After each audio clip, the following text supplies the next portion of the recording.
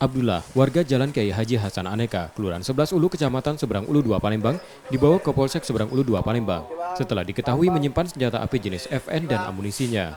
Tersangka mengaku senjata api ia tebus dari temannya seharga 15 juta rupiah yang digadaikan untuk membantu melunasi hutang. Senjata api itu belum pernah digunakan dan dikubur di belakang rumah.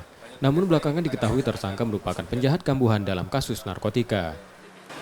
Kenapa tersangka ini kita tangkap atau kita amankan? Dikarenakan laporan masyarakat melalui aplikasi bantuan polisi. Setelah menerima laporan dari aplikasi bantuan polisi, anggota opsional dari Polsek langsung mendatangi rumah beliau dan melakukan penggeledahan dan diketemukan senjata api jenis FN dengan merek Welter. Karena hal itu, tersangka terancam hukuman 15 tahun penjara. Yudi Kiswanto, Kompas TV, Palembang, Sumatera Selatan.